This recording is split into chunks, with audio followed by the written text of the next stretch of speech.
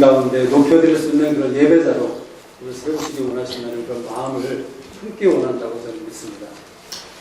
이 다니엘서 6장 말씀을 보면 제가 5절과 10절과 22절 말씀만 읽겠습니다. 우리가 너무나도 잘 아는 말씀이신데요. 다니엘서 6장 5절 말씀, 4절부터 읽겠습니다. 이에 총리들과 방백들이 국사에 대하여 다니엘을 고소할 틈을 얻고자 하였으나 능히 아무 틈, 아무 허물을 얻지 못하였으니 이는 그가 충성되어 아무 그릇함도 없고 아무 허물도 없음이었더라. 그 사람들이 가로되 이 다니엘은 그 하나님의 율법에 대하여 그 틈을 얻지 못하면 그를 고소할 수 없으리라 하고. 10절 말씀, 다니엘이 이 조서에 어인이 찍힌 것을 알고도 자기 집에 돌아가서는 그 방에 예루살렘으로 향하여 열린 창에서 전에 행하던 대로 하루 3번씩 무릎을 꿇고 기도하며 그 하나님께 감사하였더라. 22절 말씀, 나의 하나님이 이미 그 천사를 보내어 사자들의 입을 봉하셨으므로 사자들이 나를 상했지 아니하였사오니 이는 나의 무죄함이 그 앞에 명백함이 오며 또 왕이여 나는 왕의 앞에도 해를 끼치지 아니하였나이다. 우리 이 말씀을 그 배경을 보면 다리오 왕이 이제 그 바벨론을 멸망시키고 다리오 왕이 페르시아의 다리오 왕이 등극한 것이죠.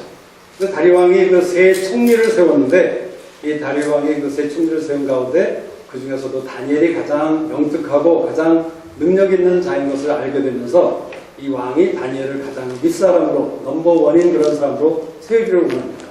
그때 다른 그 총리들과 다른 그 프린스들이 그 다니엘을 시기하게 되면서 그 다니엘을 어떻게 하면 모함할 수 있을까? 어떻게 하면 고소할 수 있을까? 어떻게 하면 틈을 잡을 수 있을까? 하는 그런 고민을 하고 그런 생각과 계책을 세우게 되는 것이죠. 그래서 그들이 다리오 왕에게 가서 구합니다.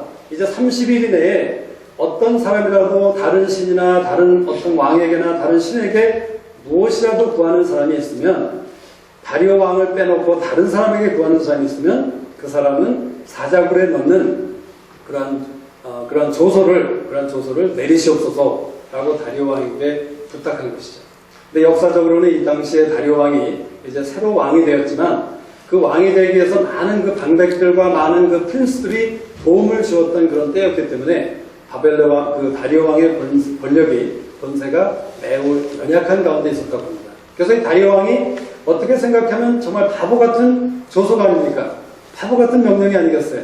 근데 이러한 그 엉뚱당투도 않은 회개망측한 이 조서에다가 다리오 왕이 도장을 찍을 수밖에 없는 그런 역사적인 배경이 있었다고 하는 것이죠.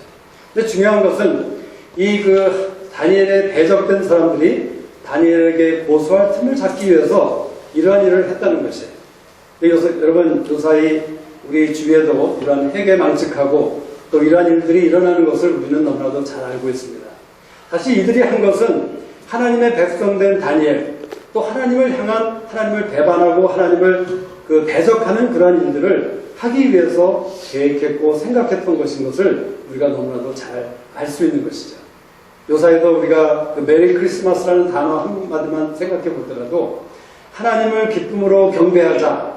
우리가 예전에는 우리가 자랄 때 메리 크리스마스라는 말이 당연히 크리스마스 때가 오면 우리가 믿는 자이든 아니든 서로에게 고백하고 서로에게 선포하던 것이 우리의 모습이었습니다. 근데 요사이는 이 메리 크리스마스라는 단어 대신에 어떤 단어를 쓰게 됩니까?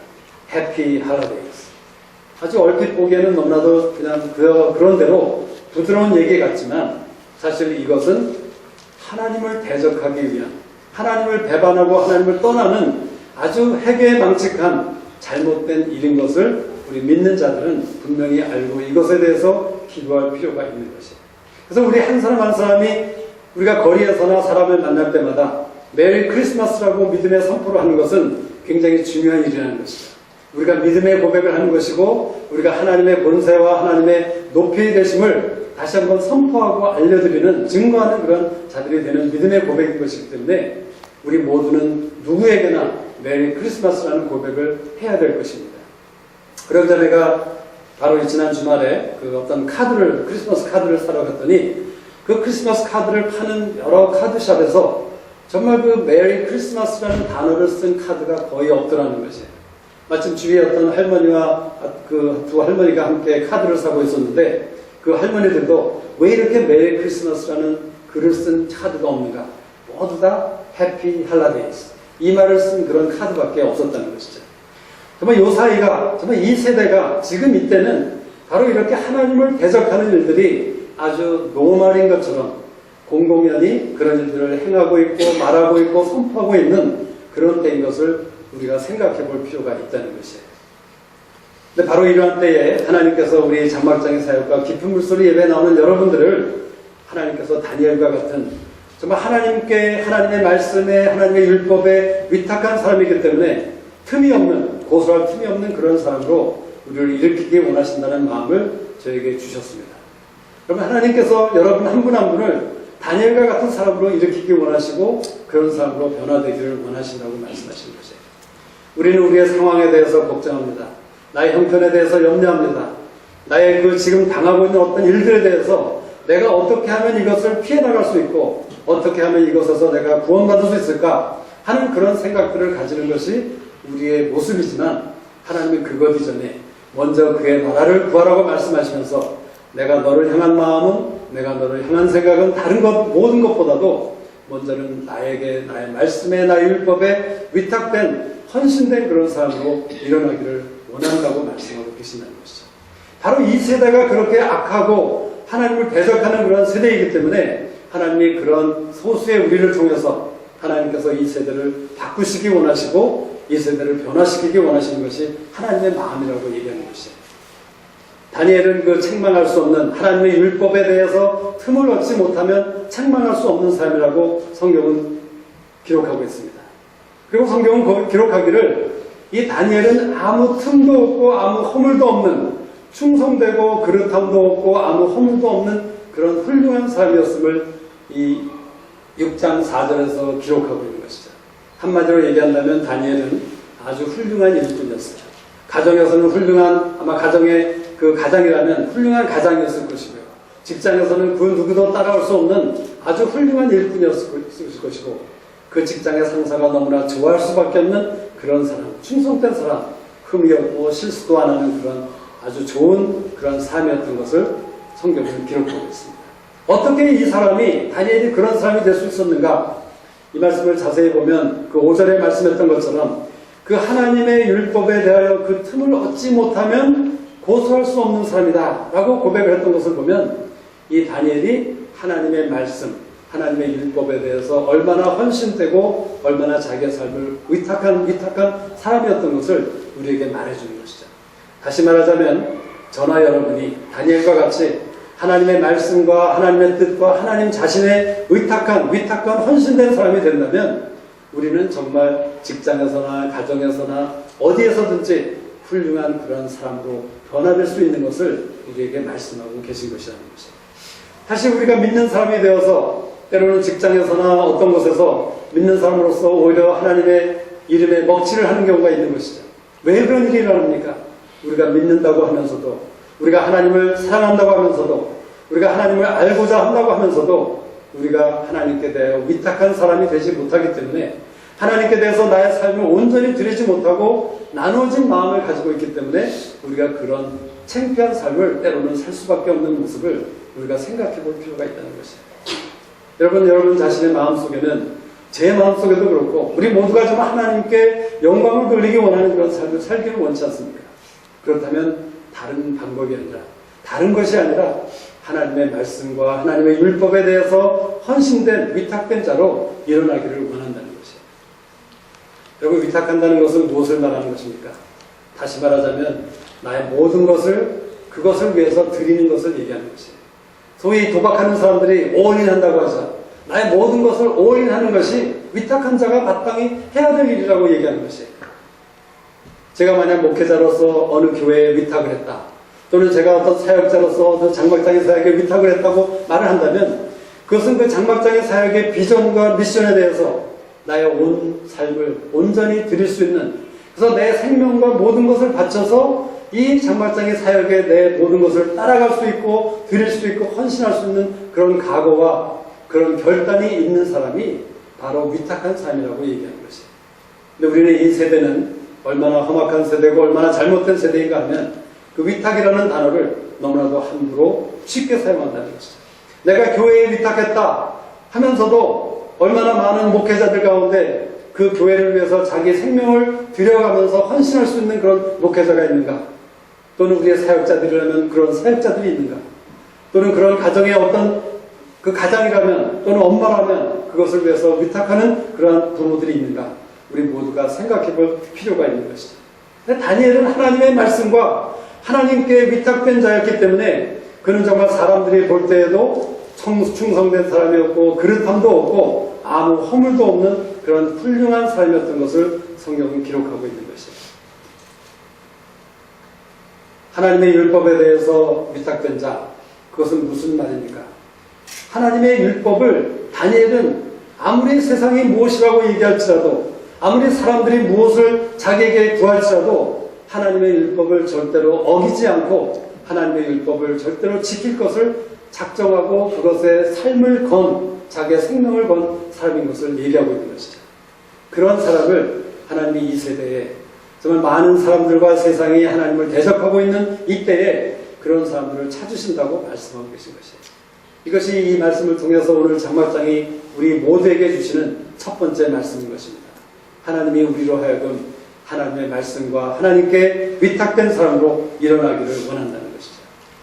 이 다니엘에 대해서 이러한 평가를 누가 한 것입니까? 바로 그 대적들, 다니엘을 해하려고 했던 고소할 틈을 찾고자 했던 그 대적들이, 그 악한 사람들이 그 다니엘을 보면서 그렇게 훌륭한 사람이라고 얘기하고 있다는 것이에요.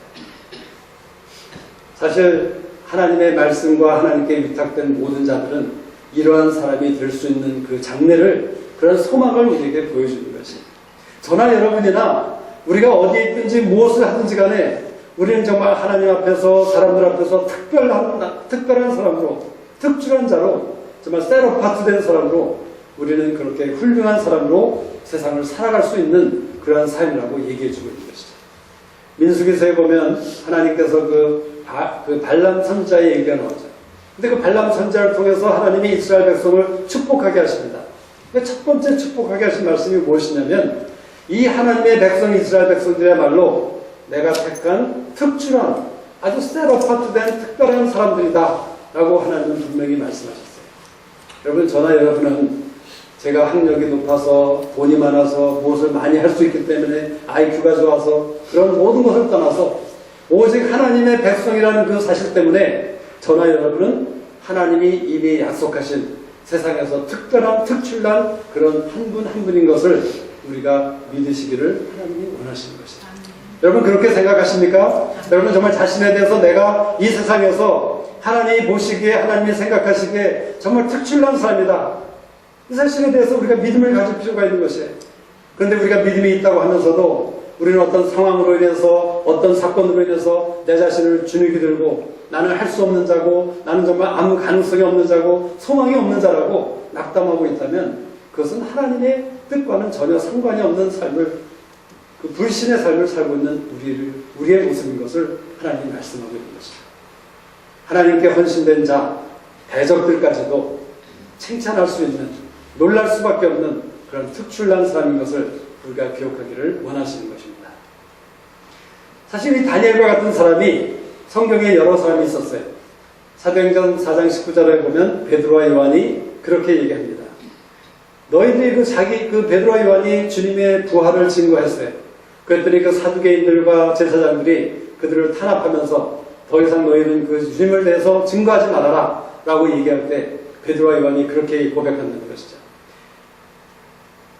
너희들이 하나님 앞에서 너희들 말 듣는 것이 옳은가 생각해보라. 우리는 보고 들은 것을 말하지 아니할 수 없다 라고 단호하게 선포하는 것이 베드로와 요한의 모습이었습니다. 그런가 하면 갈라디아 1장 10절에서 바울은 그렇게 고백합니다. 내가 사람을 기쁘게 하랴 하나님을 기쁘게 하랴. 내가 이제 지금까지 사람의 기쁨을 구하는 것이었다면 나는 그리스도의 종이 아니리라 라고 고백하면서 그는 어떤 상황에서든지 어떤 사건에서든지 하나님을 기쁘게 하고 하나님을 높이고자 하는 그런 삶이 될 것을 작정했다는 것이죠. 또 다윗이라는 사람은 시편 51편에서 무엇이라고 고백합니까? 내가 주께만 범죄하여 싸우니 라고 말하면서 하나님 앞에서 가장 먼저 무엇보다도 하나님 앞에서 그가 범죄한 자신임을 고백했던 다윗을 우리가 볼 수 있다는 것이죠. 하나님 앞에서 하나님을 기쁘게 하는 자, 하나님이 말씀하고 보여주신 것을 말하지 아니할 수 없다고 얘기하는 이 모든 고백들이야말로 바로 다니엘이 고백했던 것처럼 그가 조서가 내린 것을 뻔히 알면서도 목숨을 각오하고 하나님을 증거하고 하나님을 높이기로 작정했던 그 마음을 보여주는 것이라는 것이죠. 다니엘은 조서의 어인이 찍힌 것을 알고서도 그가 행하던 대로 습관대로 집에 돌아가서 동편을 향하여 하나님을 향하여 예루살렘 전에 있는 그곳을 향해서 기도하고 간구했다고 성경은 기록하고 있는 것입니다. 하나님 앞에 자기의 드렸던 헌신을 지키고자 하는 그런 마음을 얘기한 것이죠. 다시 말하자면 하나님 앞에 자기의 마음을 확정한 것입니다. 다윗이 시편 57편에서 그가 굴에서 사울왕을 피하여 숨어있던 그때에 그가 그렇게 고백하는 것이죠. 정말 너무나도 억울하고 힘들고 아프고 슬픈 그런 상황 가운데서 그 다윗이 사울왕을 그곳에서 발견합니다. 얼마든지 죽일 수 있는 그런 상황이었죠.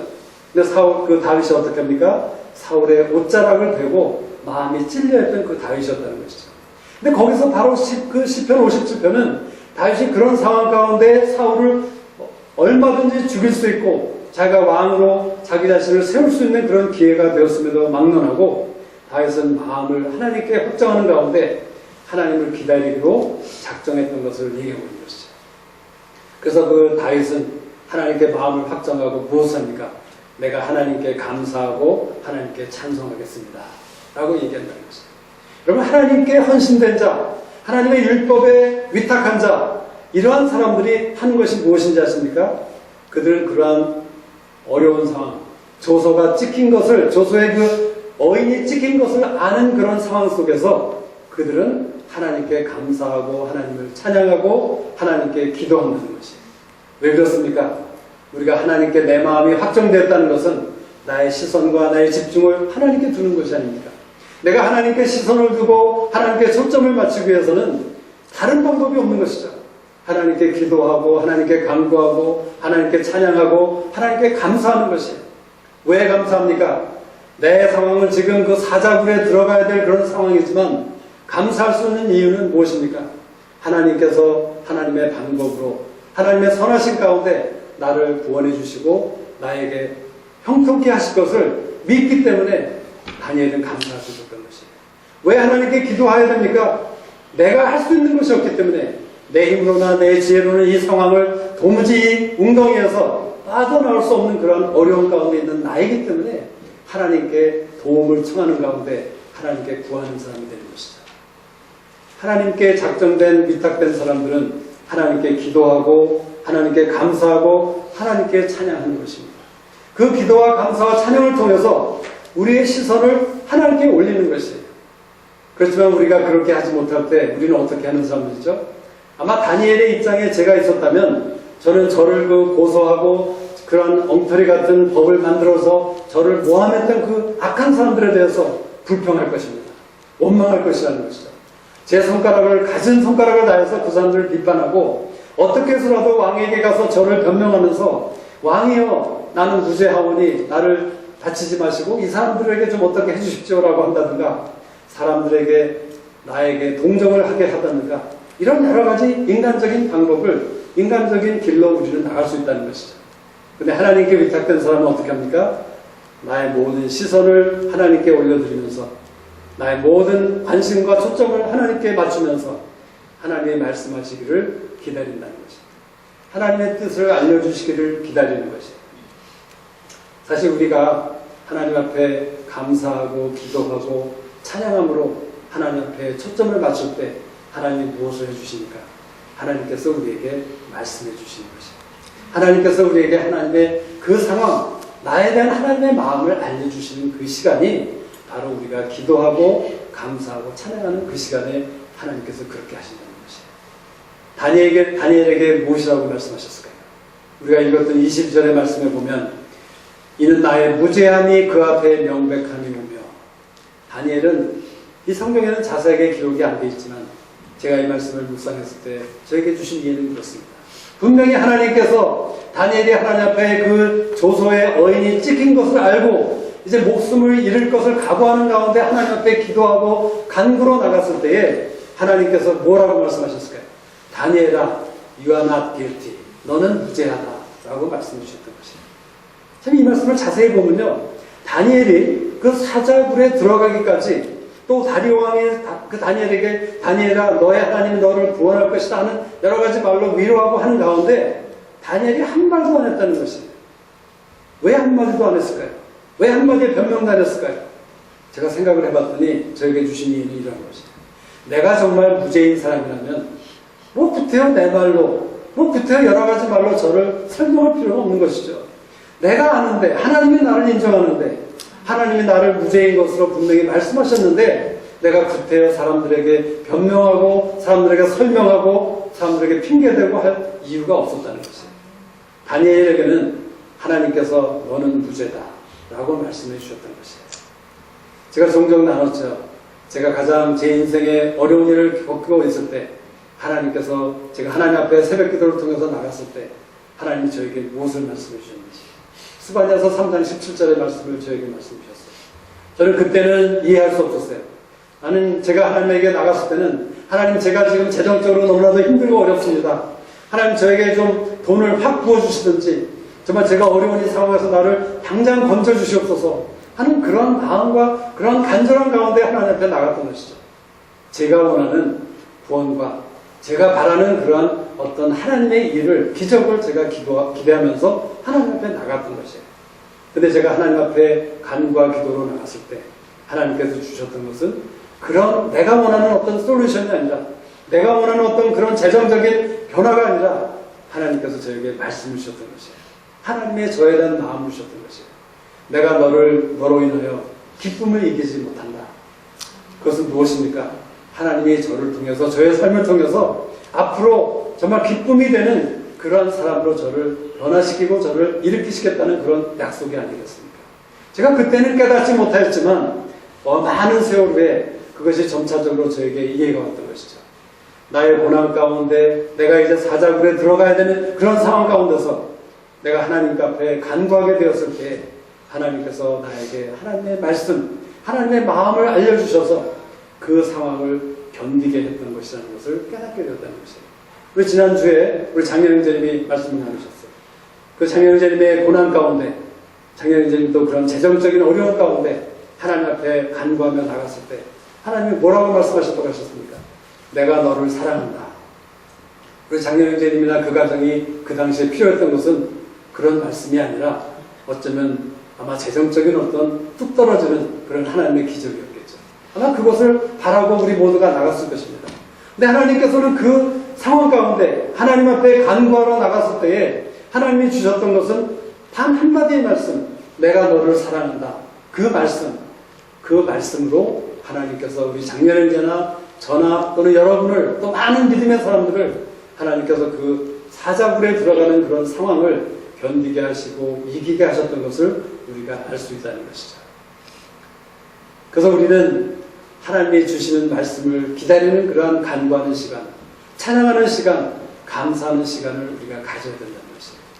사도행전 13장에 보면 안디옥 교회가 정말 하나님을 찬양하고 하나님을 섬기며 금식하며 하나님을 예배하는 가운데 있었을 때 그 교회의 회중 가운데 하나님이 무엇을 말씀하십니까? 바울과 바나바를 따로 세워서 내가 시키는 일을 위하여 그들을 안수하고 떠나보내라는 그러한 말씀을 주셨던 것 기억하시죠? 여러분, 이 깊은 물소리 예배가 왜 귀한 줄 아시죠? 우리가 이런 믿음 가운데 하나님 앞에 나와서 하나님을 찬양하고 하나님께 기도드리고 하나님 앞에 간구하며 하나님 앞에 감사드릴 때 하나님이 저나 여러분에게 하나님의 마음과 하나님의 마음속에 있는 그 뜻을, 그 말씀을 우리에게 주실 것이라는 것이에요. 어떤 길고 복잡한 것이 아니라 내가 너를 사랑한다는 그 한마디, 내가 너를 정말 기뻐한다는 그 한마디, 그것만으로 우리에게 족한 줄을 우리가 알 수 있는 아는 사람이 되어야 될 것을 성경은 말하고 있는 것이에요. 우리가 잘 아는 고린도후서 12장에 보면 사도 바울이 자기 몸의 가시를 없애주기를 위해서 주님께 3번이나 구했다고 고백하지 않습니까? 그때 주님께서 그에게 말씀하시기를 내 은혜가 내게 족하다 라고 말씀하시면서 그 몸의 가시를 없애주지 않으셨다는 것이에요. 그래서 여러분, 우리가 분명히 아는 것은 이런 사실입니다. 저나 여러분의 삶 가운데 있는 어떤 어려움, 기가 막힌 일들, 정말 어려운 상황들, 그 상황들을 없애주기를 바라지 마세요. 그것은 이루어지는 꿈이 아니에요. 하나님께서는 그 상황을 없애주기를 원하시는 것이 아니라 아마도 most likely 하나님의 마음은 그 상황 가운데 하나님이 들려주시는 그 어떤 한 가지 말씀, 그 어떤 하나님의 마음의 뜻을 말씀해 주실 때 우리가 그것을 오히려 극복하고 나갈 수 있는 그런 사람으로 우리를 세우실 것이라는 것이죠. 우리는 그 사자굴에 들어가야 돼요. 우리는 사자굴에 들어가기를 싫어하죠. 왜 다니엘이 사자굴에 들어갔어야 했습니까?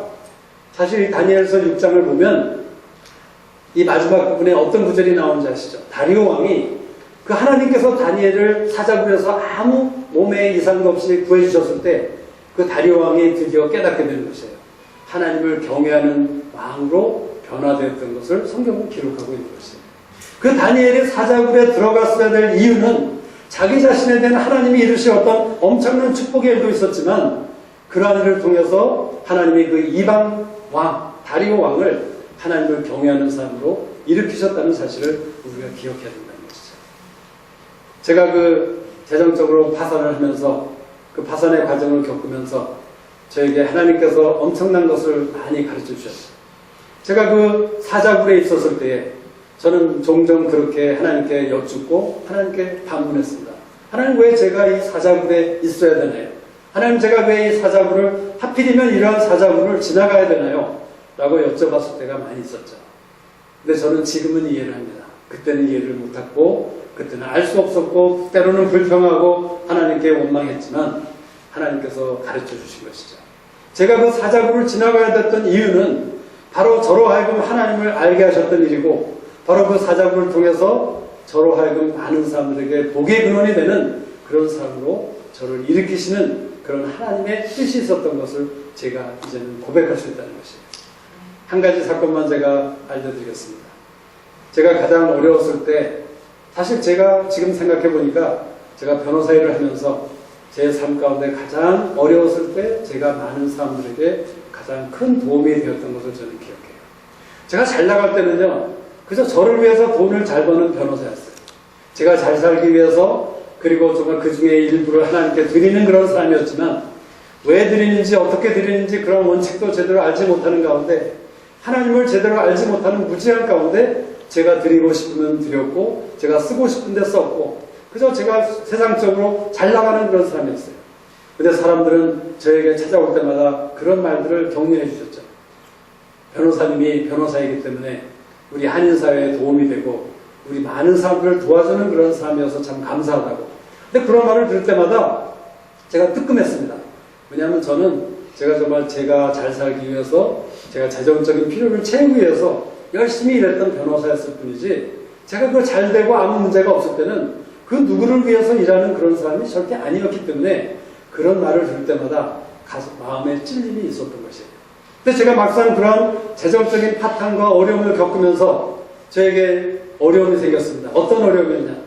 제가 재정적으로는 돈을 많이 벌지 못하는 그러한 때였어요. 왜냐하면 그때는 저뿐만이 아니라 어쩌면 그 한인사회에 적어도 한 30%, 35% 정도가 파산의 길을 겪었던 그런 때였습니다. 그때가 언제였냐면 1990년도였어요. 그때 저희 손님 중에 제가 기억하기로는 적어도 한 40% 정도의 우리 손님들이 파산을 할 수밖에 없는 그런 과정, 그런 때였어요. 그러다 보니까 손님들이 어떤 일을 집을 팔거나 뭐 어떤 플라자를 팔거나 빌딩을 팔 때에 빚이 더 많기 때문에 돈이 남기는커녕 돈이 모자라는 그런 케이스가 굉장히 많았어요. 그래서 그런 손님들이 저에게 지금까지 계속 손님이었는데 그 손님이 그 빚을 정리하느라고 어떤 건물을 팔게 되고 어떤 사업체를 정리하는데 제가 지금까지 저에게 많은 도움을 주셨던 그 손님들을 내 변호사비를 제대로 내지 못한다고 또는 깎는다고 제가 그 손님을 거절할 수 없었던 것이죠. 그래서 저에게 일감은 많았어요. 굉장히 일감이 많았습니다. 근데 돈을 버는 일감이 아니라 돈을 벌지 못하고 오히려 손해나는 장사가 되는 그런 일감들이 많았던 때였어요. 그래서 저희 사무실에 일손이 딸렸어요. 그래서 제가 생각했습니다. 얼마 전에 몇 달 전에 제가 그 한 자매를 일을 잘하는 자매였는데 제가 믿을 수 있었던 그런 좋은 자매님이었어요. 근데 그 자매님을 제가 월급을 줄 수 없는 그런 형편이 되어서 그 자매님을 레이오프 했었어요.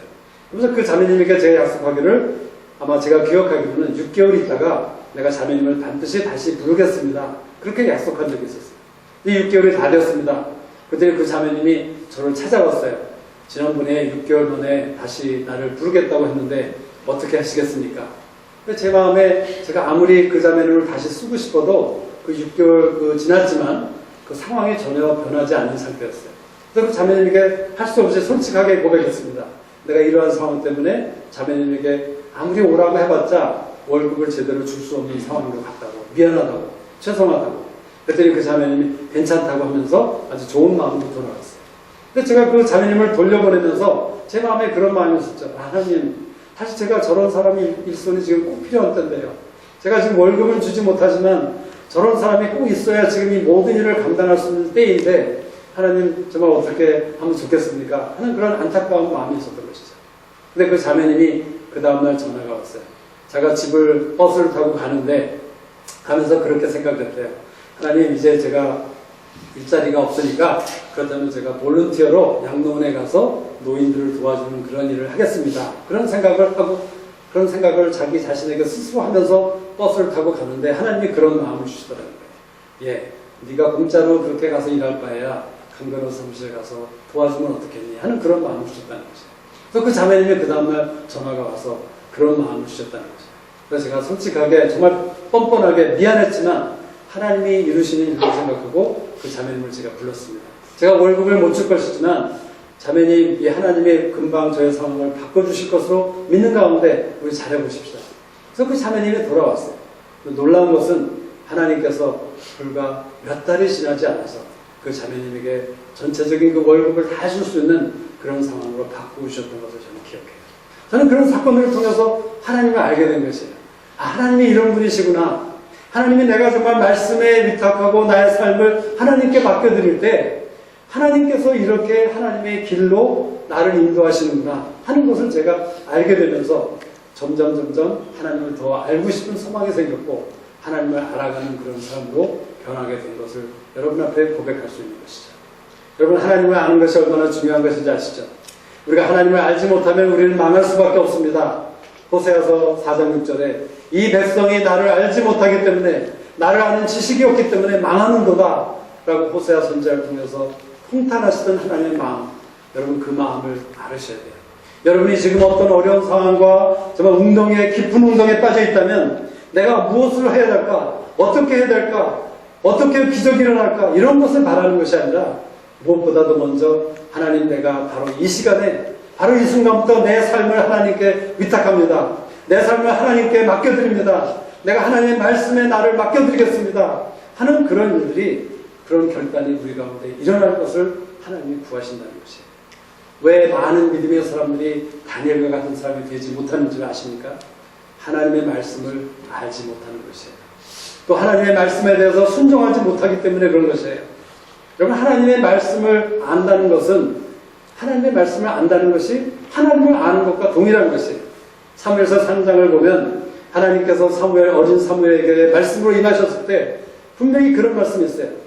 아직까지 이때 하나님이 그 사무엘을 부르셨을 때 아직까지 하나님의 말씀이 그에게 임하지 아니하였고, 영어 성경을 보면 그 다음에 콜론이 있습니다. 점점. 그것은 무슨 말이죠? 이 앞에 있는 것을 뒤에 부분이 동일하게 이것이 무슨 뜻이라는 것을 설명하고 있는데, 그 말씀을 보면 하나님을 아직 알지 못하였다. 즉 하나님을 아는 것과 하나님의 말씀이 임하는 것은 동일한 것을 얘기하는 것이에요. 많은 사람들이 하나님의 말씀을 알지 못합니다. 읽지도 않아요. 제가 어떤 우리 자매님에게도 한번 나눴던 적이 있는데, 우리 교회 안에 제가 장담할 수 있는 것은 무엇입니까? 교회 안에 많은 믿음의 사람들 가운데 어쩌면 90% 이상의 사람들이 이 하나님의 말씀을 한 번도 제대로 읽지 않는 사람들 부지기일 수 있을 것이라는 사실입니다. 제가 그래서 이것을 실험해 보기로 했습니다.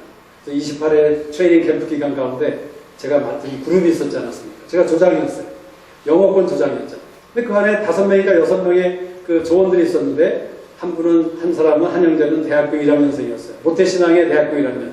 또 그 누나 되는 사람이 있었는데 30대 초반에 젊은 영어권 자매였는데 아주 믿음이 좋은 그런 자매였어요. 또 한 사람은 그 헤이티에 단기 선교를 갔던 정말 하나님께 헌신된 사람이라고 하는 그런 30 중반의 자매가 있었어요. 또 그 피앙센지 그런 사람이 또 하나 있었어요. 다들 그 집안이나 모든 사람들이 교회를 열심히 다니고 모태신앙이었고 그 교회 안에서 많은 그런 믿음이 소위 좋다고 할 수 있는 그런 형제 자매들이었습니다. 근데 제가 그들에게 물었어요. 한 사람 한 사람에게 물었어요. 형제님은 자매님은 성경을 몇 번이나 전체적으로 다 읽었습니다. 그냥 마태복음 몇 번 읽은 거 말고, 창세기 부분적으로 읽은 거 말고, 창세기부터 요한계시록까지 전체적으로 몇 번이나 읽었습니까? 제가 한 분 한 분에게 물었을 때 100% 한 사람도 한 번 읽은 사람이 없었어요. 제가 그들을 판단하기 위해서 이 질문한 것이 아니죠. 왜냐하면 제가 이것에 대해서 쓴 경험을 했던 사람이기 때문에 그런 질문을 했던 것이에요. 그들을 격려하기 위해서, 그들에게 도전하기 위해서. 제가 장로로 피택되었을 때 하나님이 저에게 갑자기 이상한 질문을 하셨어요. 찬영아, 너는 장로가 되었는데 내가 그 성경을 몇 번이나 읽었냐? 저도 한 번도 안 읽었었거든요. 제가 모태신앙이었거든요. 저희 아버님이 목사였어요. 그런데 제가 그 거의 40년 동안을 교회를 다니면서 저도 마태복음이나 뭐 창세기 재미있는 부분은 몇 번 읽은 적이 있지만 성경을 제가 한 번도 처음부터 끝까지 읽은 적이 없었거든요. 그래서 저는 그 질문을 하나님이 저에게 하신 후에 어떤 사람이라도 와서 저에게 형제님은 성경을 몇 번이나 읽었습니까? 라고 물어볼까봐 굉장히 두려운 가운데 있었어요. 제가 그 경험을 생각하면서 그 외에 어떤 사람이 나에게 그 질문을 제가 좀 젊었을 때 하지 않았을까? 어떤 사람이 제가 청년 때 그 질문을 했다면 제가 그 청년 때부터 하나님의 말씀을 배우기 시작하고 하나님의 말씀을 사모하기 시작했다면 제가 얼마나 다니엘과 같은 그런 사람으로 변할 수 있었을까? 더 빨리, 더 정말 좋은 그런 사람이 될 수 있었을까? 하는 그런 후회감 가운데 제가 이런 질문을 종종 하게 된 것이라는 것이에요. 제가 한번 여러분에게 해볼까요? 한 분 한 분에게 해볼까요? 우리는 하나님의 말씀을 알아야 돼요. 그러기 위해서는 하나님의 말씀을 읽어야 되는 것입니다.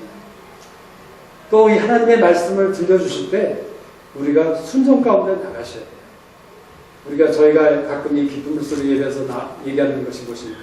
과격한 순종.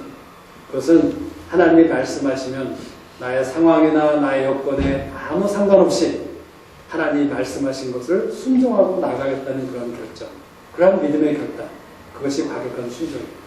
아브라함이 하나님께서 너의 본토 아비집을 떠나서 내가 네게 지시하는 땅으로 가라 라고 말씀하셨을 때 어디로 가야 할지도 모르고 자기 본토, 자기가 익숙하고 너무나도 편안했던 그 본토를 다 떠나야 됐던 그 아브라함, 그저 하나님 앞에 말씀에 순종하는 가운데 과격한 순종 가운데 그는 떠나갔던 것입니다. 저는 이 말씀이 이것이 두 번째 우리 깊은 물소리 예배에 나오신 우리 모두에게 오늘 이 저녁에 하나님이 주신 말씀을 생각합니다. 우리가 말씀을 아는 사람이 되어야, 그리고 그 말씀에 대해서 과격한 순종으로 나가는 사람이 될 것을 하나님이 원하신다고 저는 믿습니다. 그래서 하나님은 우리가 하나님 앞에 기도와 간구로 나갈 때 하나님의 뜻과 하나님의 마음을 우리에게 알려주시는 것이죠. 그래서 하나님의 길을 걷게 하시는 것이에요. 근데 우리 모두가 잘 알다시피 하나님의 길과 하나님의 생각은 우리의 길과 우리의 생각과 어떠죠? 다르죠. 또 이사야서 말씀에 보면 더 높은 것이라고 말씀하고 있어요. 하늘이 땅보다 높은 같이 하나님의 길과 하나님의 생각은 우리의 생각과 길과 다르고 높다고 분명히 말씀했어요. 근데 그 이사야서 말씀을 자세히 볼 때 하나님의 길과 하나님의 생각의 특징이 있어요. 두 가지만 말씀드리겠습니다. 원래는 세 가지인데 두 가지만 말씀드릴게요. 첫 번째로는 하나님의 길과 하나님의 뜻, 하나님의 생각은 반드시 그 뜻을 이루신다는 것이에요. 반드시 열매가 있다는 것이에요. 그래서 여러분이 기대할 수 있는 것이에요. 만약 여러분 가운데 한 분이라도 오늘 이 저녁에 하나님이 나에게 지금 구하시는 것은 다니엘과 같이 내 삶에 어떤 상황을 막론하고 형편을 막론하고 하나님의 말씀과 하나님께 헌신된 자, 위탁된 자, 그래서 그것을 위해서 나의 모든 것을 드릴 수 있는 마음이 나누어지지 않는 자가 되겠다 하는 그런 결단을 하는 분이 있다면 하나님께서 반드시 그 결단 가운데 열매를 맺게 하실 것이라는 것이죠. 여러분, 하나님이 맺는 열매는 어떤 것이죠? 썩은 열매입니까? 아니죠.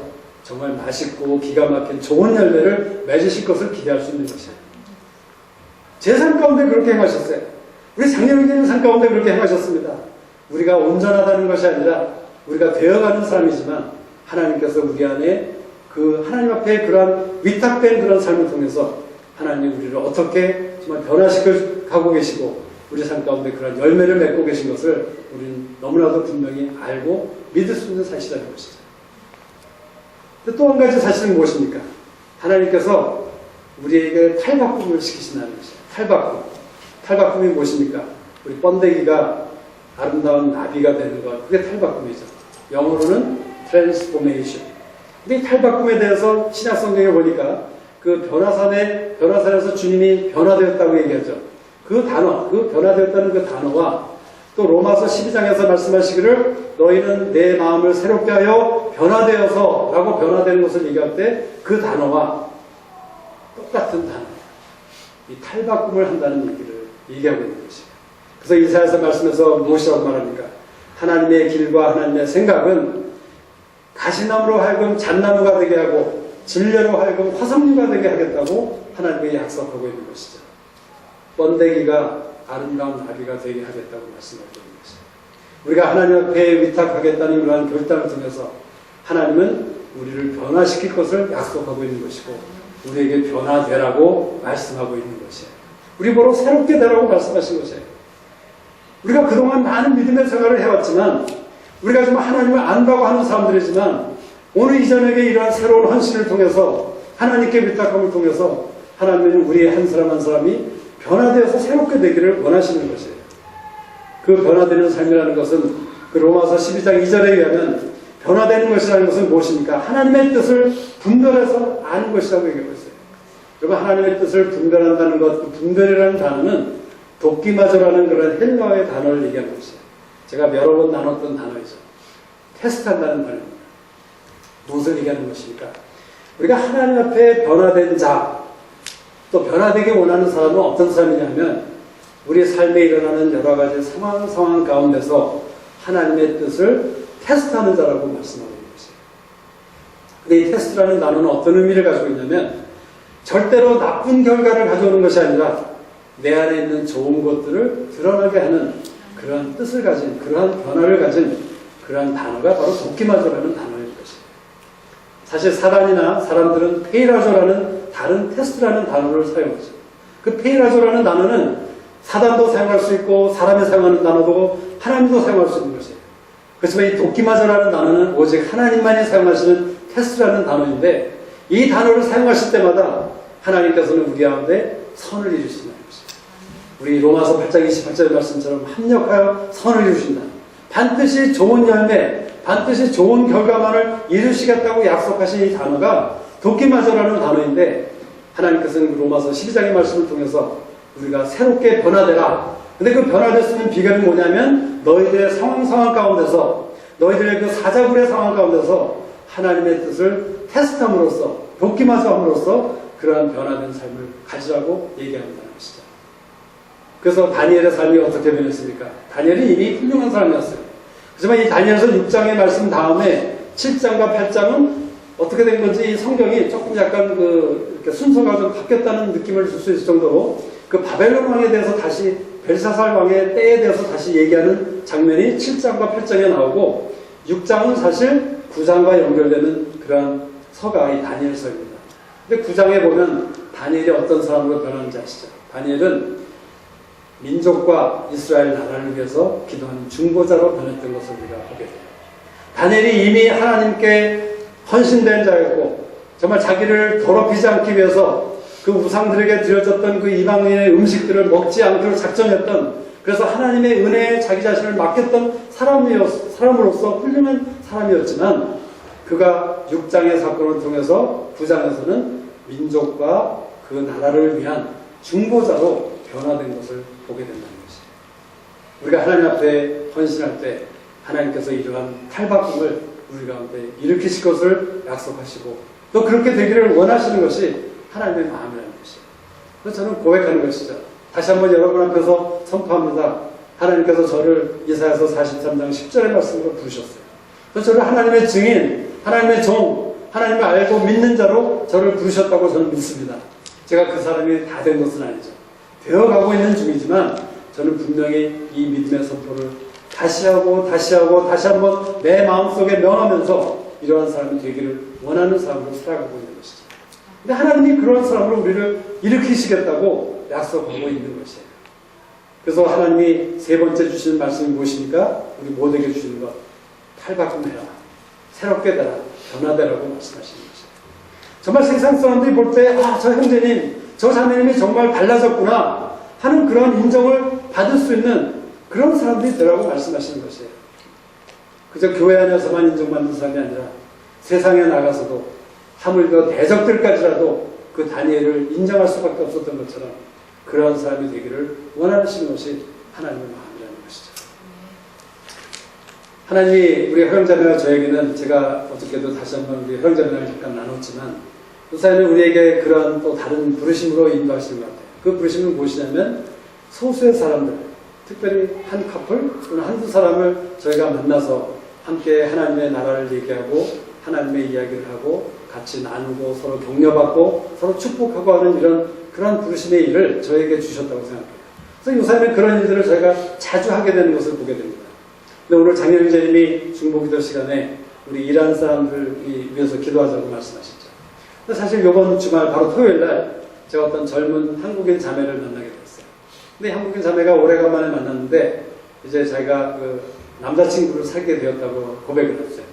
그런데 그 남자친구가 바로 이란 사람이었어요. 그래서 제가 엄청난 그런 고민과 그런 어려움 또는 그런 챌린지 그런 가운데 있다고 하면서 우리에게 어떻게 했으면 좋겠는가 하는 것을 나누기 시작했어요. 이 이란 형제님은 그 자기와 함께 공부하던 그런 형제님인데 이제 두 사람이 점점 사랑에 빠지게 되면서 앞으로 자기의 장래에 대해서 이제 결정하고자 하는 그런 그 시점에 있는 그런 관계였습니다. 근데 이란 형제님은 하나님을 믿지 않는 사람이었어요. 그리고 자기는 분명히 선포하기를 자, 자매님에게 너는 앞으로 결혼하더라도 나에게 절대 푸시하지 마라. 나는 내가 믿게 되면 믿게 될 것이고 안 믿게 되면 안 믿는 거니까 나를 절대로 강요하지 말아라 하는 그런 아주 강하게 그런 의견을 얘기했다고 해요. 그래서 자매님이 그것에 대해서 하나님께 구하기도 하면서 어떻게 나갈까 하는 것을 생각하면서 저희와 자연스럽게 얘기를 나누게 되었던 것이죠. 허령 자매님과 저를 통해서 하나님이 주셨던 마음이 이런 것이었어요. 얼마 전에 한국에서 제가 이것은 지난주 설교, 우리 그 피플스 처치에서 들었던 설교 말씀 중에 한 가지 말씀이었습니다. 한국에서 그 미션 컨퍼런스가 있었는데 나라들과 사람들을 구분했습니다. 하나님에 대해서 열려진 나라, 또 하나님에 대해서 열려진 사람, 닫혀진 사람, 열려진 나라, 닫혀진 나라. 이렇게 하면서 어떤 나라가 열려진 나라고 닫혀진 나라고 하는 것을 구분을 해봤는데 그 중에서 하나님께 대해서 열려진 나라로서 닫혀진 사람들은 닫혀진 그런 사람들은 그 프랑스였대요. 불란서는 하나님에 대해서 절대로 닫혀진 나라는 아니죠. 그러니까 거기서 복음을 전할 수 있다는 것이에요. 그렇지만 그 사람들은 굉장히 닫혀있는 사람들이라는 것이에요. 근데 반면에 가장 하나님에 대해서 열려있고 가장 하나님에 대해서 열려있는 사람과 그 도시가 어디냐면 바로 토론토라는 것이에요. 토론토. 그리고 그 중에서도 이란 사람들이 하나님에 대해서 가장 열려있고 그 나라가 그리고 이란 사람들이 하나님의 복음에 대해서 가장 열려있는 사람들이라는 것이에요. 여러분 이 노스역에 이란 사람들이 굉장히 많이 살고 있어요. 우리에게 주신 그런 엄청난 그런 축복의 기회인 것을 우리에게 말씀하시는 것 같아요. 저는 그래서 그 자매님에게 말씀을 나누면서 그런 말씀을 나누게 되었어요. 자매님이 하나님께 어카운트를 할 때, 하나님께 헌신될 때 하나님께서는 자매님과 그 형제의 관계 가운데 하나님의 책임을 져주실 것이다. 그런 이 말씀을 약속으로 생각하고 우리가 그 관계 가운데 나갈 것을 저희들이 함께 기도했습니다. 그래서 저 안에 그런 믿음이 생겼어요. 이 자매님 정말 하나님의 말씀과 하나님의 율법과 하나님의 뜻에 대해서 헌신된 삶을 살기로 작정하고 그렇게 산다면 그 이란 형제가 그 자매의 어떠함을 보게 되면서 그 형제도 분명히 하나님께서 변화시켜 주셔서 하나님의 사람으로 이끌게 하실 것을 제가 믿는 그런 믿음이 생겼다는 것이죠. 그리고 저는 더 나아가서 만약 그들이 부부가 된다면 그 두 사람을 통해서 이란 사람들에게 하나님의 복음이 열려지고 주님이 증거되는 그런 일들이 그 두 분을 통해서 이루어질 것을 나누게 되었다는 것이죠. 여러분 우리가 하나님께 헌신되면 하나님께서 우리로 하여금 하나님을 알게 하시고 하나님의 말씀을 알려주세요. 사실은 그 구약 성경에 보면 하나님께서 그 아모스에 보면 그렇게 말씀하셔야 됩니다. 하나님께서는 그 종 선지자들에게 당신의 마음속에 있는 것을 알리시지 아니하시고는 아무것도 안 하신다고. 그것은 무엇입니까? 우리가 하나님의 종이 되고 하나님께 위탁된 자가 될 때 하나님은 우리에게 말씀해 주셔야 될 책임이 있는 것이에요.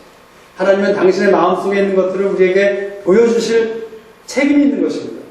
그래서 우리는 그 마음을 알게 되고 그 말씀을 듣게 될 때 우리가 그것을 가지고 다른 사람들에게 나누게 될 때 그것을 통해서 하나님이 역사하시는 것이죠. 그 자매님과 그 자매님이 그 관계에 대해서 평안을 가지고 돌아갈 수 있었던 이유가 무엇입니까? 하나님께서 말씀을 주셔서 그 말씀 가운데 계시를 그 자매님에게 주게 되었고 그 자매님이 그것에 대한 믿음이 일어나게 되었을 때 그 자매님이 그 관계에 대해서 더 이상 염려하고 걱정하는 것이 아니라 또 어떻게 해야 될까 하는 그런 궁리하는 것이 아니라 하나님을 신뢰하는 가운데 나아갈 수 있는 그런 자매로 저는 세우셨다고 믿는 것입니다. 근데 그 일을 하나님은 우리 모두를 통해서 하시겠다고 말씀하시는 것이에요. 어떻게 하십니까? 우리의 상황이 어떠하든지 간에 여러분 하나님께는 그런 상황이 아무 문제가 되는 것이 아니에요. 우리는 그 상황이 전부라고 생각하지만 내가 당면한 그 상황과 어려움들은 아무것도 아닙니다. 하나님은 내가 먼저 하나님 앞에 나의 마음과 나의 삶을 작정하고 내 마음을 확정하고 나갈 때 바로 그때부터 하나님이 일하시기 시작하는 거예요. 그래서 우리의 상황을 바꿔주십니다. 근데 너무 빨리 기대하지 마세요. 그 사자굴에 반드시 들어갔다 나오셔야 돼요. 과정을 지나야 돼요. 근데 그 과정은 축복의 과정이고 그 과정은 하나님을 알게 되는 과정이고 하나님의 말씀을 알게 되는 그런 축복의 일인 것을 우리가 분명히 믿음 가운데 나갈 수 있는 것을 얘기해 주시는 것이죠. 우리 잠깐 기도하십시다.